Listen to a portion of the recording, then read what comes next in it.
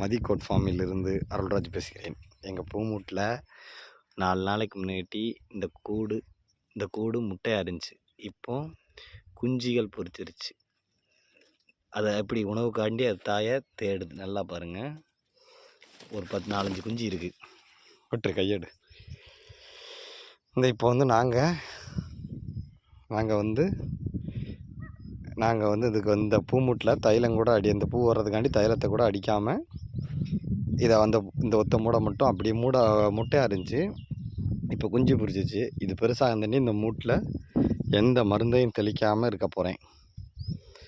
இருந்து அதுக்கு பொரிச்சிட்டு அது பறந்து போகிற வரைக்கும் இந்த மல்லியை வந்து அதோட இருப்பிடமாக்க போகிறேன்.